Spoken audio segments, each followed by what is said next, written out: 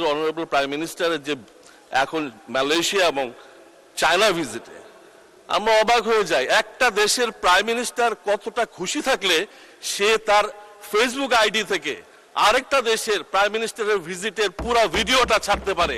মাননীয় প্রধানমন্ত্রী আমাদেরকে আজকে বাংলাদেশকে সেই উচ্চতায় নিয়ে গেছে যে উচ্চতায় আরেকটা দেশের আনোয়ার ইব্রাহিমের মতো মানুষ তার নিজের আইডি থেকে এটা প্রচার করছে।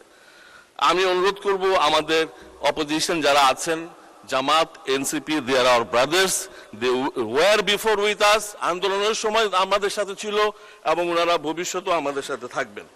ফাইনালি আওয়ামী লীগকে উদ্দেশ্য করে বলতে চাই, আওয়ামী লীগ 3টা জেনারেশনকে ইনজুর্ড করেছে।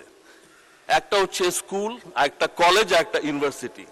এটা হলো নিরাপদ সড়ক, কোটা আন্দোলন, পরে হাসিনার খেদাও আন্দোলন। এই 3টা জেনারেশন আগামী 50 বছর জীবিত থাকা অবস্থায় আওয়ামী লীগের বোধহয় ফিরে আসার সম্ভাবনা খুবই ক্ষীণ। ইনশাআল্লাহ আমরা আশাবাদী